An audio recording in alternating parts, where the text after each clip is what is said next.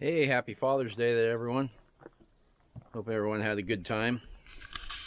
I went out camping, did a little riding, had the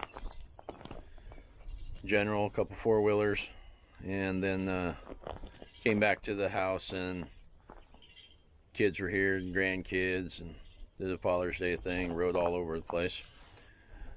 Had some fun that way, so I don't have a lot to post about this weekend.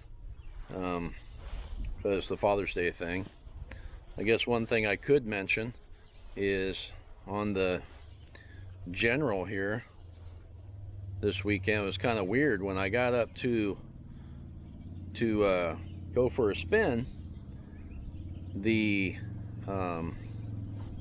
belt put in gear and it went to take off, and it was real jerky, and it was making a noise, kind of like, sound like the belt would have been jumping, skipping,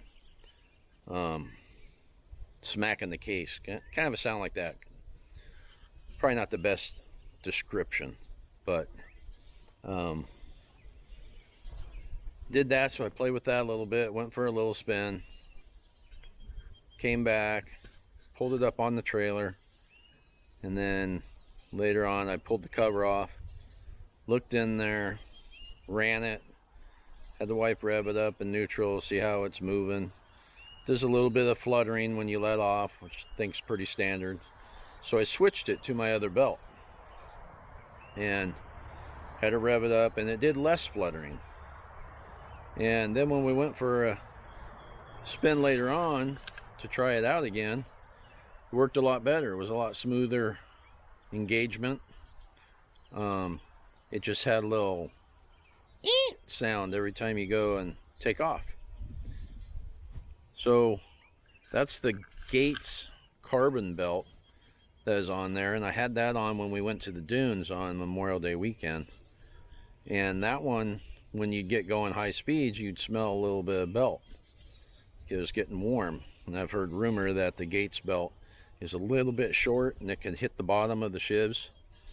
And I didn't see any real evidence of that. So I switched it out and I put the stock Polaris belt back on when I was at the dunes. And it did a lot better. And then I come home and I do stuff around the yard, use it to tow the trailer, mow the yard, build a fence out back. I'm in low range doing all that. Everything's great. I get out, put it in high range, go to take off, and it just kind of it makes a weird sound. So it's weird that when I put that Gates belt back on, it got smoother. So I don't know if I got to use a Polaris belt at the dunes and a Gates belt when you're in the dirt. I don't know, something's kind of weird there. Probably gonna want to get in a clutch kit at some point and need to do some more research. If anyone has any ideas, feel free to comment. I'd love the suggestions. I really want that machine to be universal. I want it to work really good for towing the trailer around, hauling loads, hitting the trails, doing rock crawling, and hitting the dunes. Eventually I'll get paddles for it. So it's kind of a wide spectrum, and I know one setting isn't perfect for all those, so I gotta get one that's in between, happy medium. But still loving the machine even with those problems. I'm sure it's just a little tweaking and I'll have that dialed in. And then trails that we couldn't fit on, we took a spin with the 400 and the Prairie. And I'm hoping to do a trip this summer, maybe the Utah or Colorado. We'll see if it pans out, but maybe the Airpine Trail, Moab, Sand Hollow, maybe some spots in Colorado. I don't know. I got all those things bouncing around in my head, but with this COVID thing and my work schedule, I have to see what I can make happen.